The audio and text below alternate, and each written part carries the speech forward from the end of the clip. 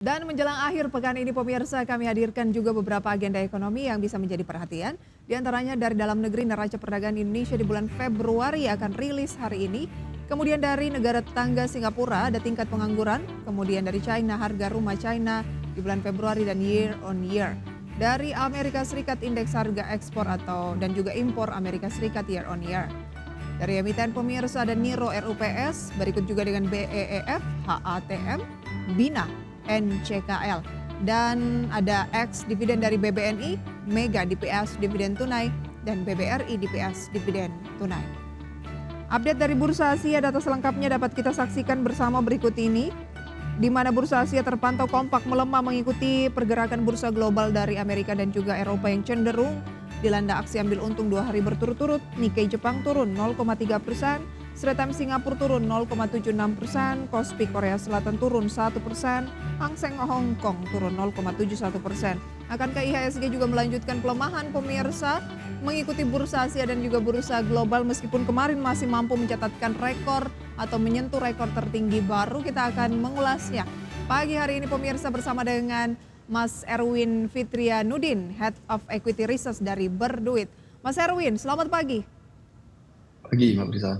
Terima kasih banyak sudah join Mas Erwin. Bagaimana langsung ke peluang indeks harga saham gabungan melihat bursa globalnya melemah, Asia juga melemah. Kemarin IHSG itu masih bertaji meskipun globalnya juga sudah mulai melemah di perdagangan Rabu malam gitu ya. Harusnya IHSG mengikuti tapi enggak. IHSG malah melanjutkan penguatan bahkan kembali menyentuh rekor tertinggi barunya dan ditutup di 7.430-an kemarin ya. Bagaimana peluangnya untuk akhir pekan ini?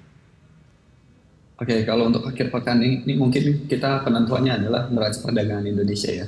Apakah neraca perdagangan Indonesia hari ini masih mencatatkan surplus untuk bisa mengcover ya nilai tukar kita terhadap dolar itu sendiri ya. Karena sebelumnya kita masih mencatatkan surplus sekitar 2,02 miliar US dollar. Tapi apakah di bulan Februari ini kita masih mencatatkan surplus ya? Karena dari US sendiri PPI-nya ini di luar konsensus ya. Kita konsensusnya 0,3 tetapi hasilnya di sekitar 0,6, ya ini menjadi perhatian juga bagi para investor.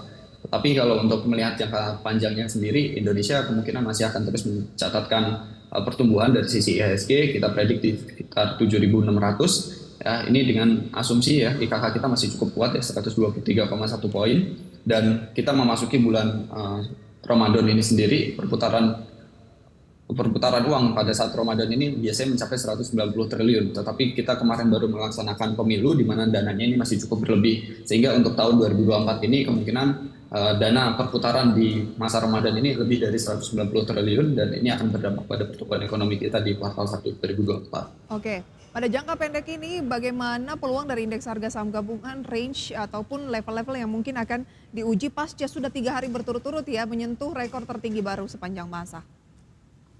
Oke, kalau untuk di akhir pekan ini ya kemungkinan IHSG masih akan rally di sekitar 7.400-an ya, kecuali nanti di pertengahan hari ya sesi 2 rilisnya neraca perdagangan tidak ya seperti yang kita harapkan ya, dia malah menjadi negatif atau defisit, kita tidak mendapatkan surplus, kemungkinan akan turun ya sekitar di 7.300-an. Tapi hingga akhir nanti ya kita memproyeksi di 7.300 sampai 7.400 adalah range pergerakan IHSG hari ini. Oke, 7.300 sampai 7.400. Iya, betul. Hari ini?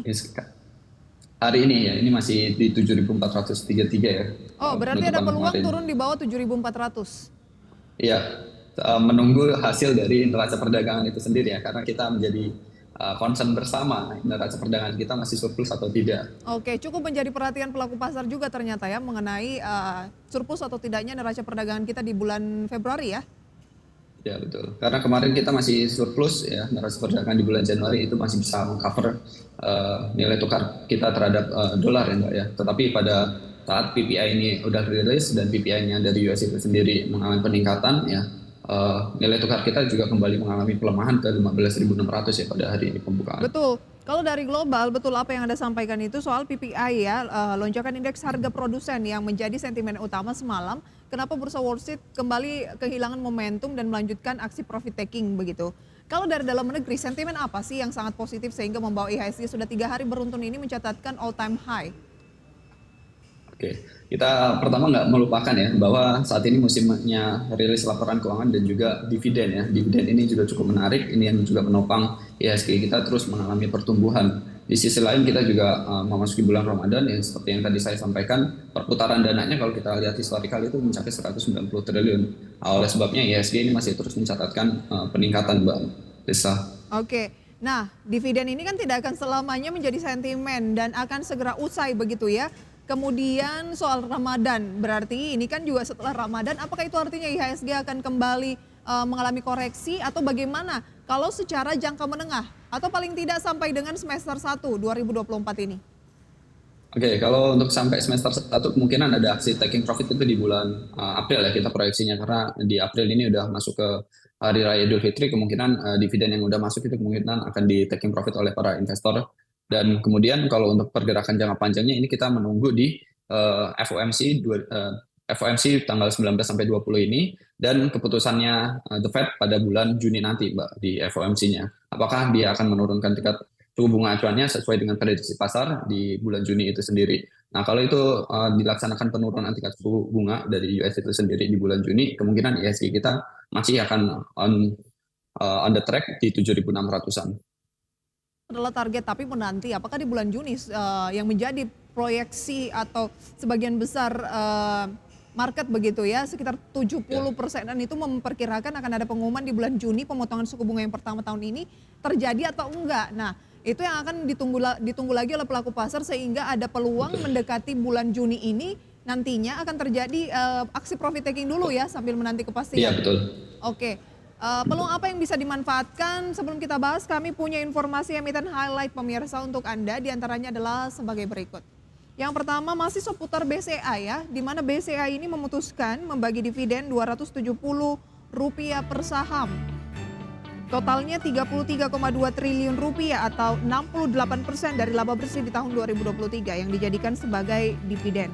Kemudian di tengah rekor indeks harga saham gabungan yang ketiga pada hari kemarin, ASII, Telkom hingga Medco adalah saham-saham yang menjadi pendorong utama IHSG bisa tembus rekor tertinggi dan saham-saham ini menjadi sasaran pembelian asing masuk dalam kategori top 10 net foreign buy investor asing dalam perdagangan Kamis kemarin. Baik, jadi di pembukaan perdagangan sesi pertama hari ini Mas Erwin ada peluang terjadi aksi profit taking dulu. Di pagi ini mungkin siangnya akan berbalik arah menjadi positif lagi, tapi pagi hari ini peluangnya tetap ada ya? Peluangnya masih akan tetap ada ya, tapi saya malah lihatnya di sesi kedua nanti ya, pada saat menjelang rilisnya laporan neraca perdagangan, sorry Pak.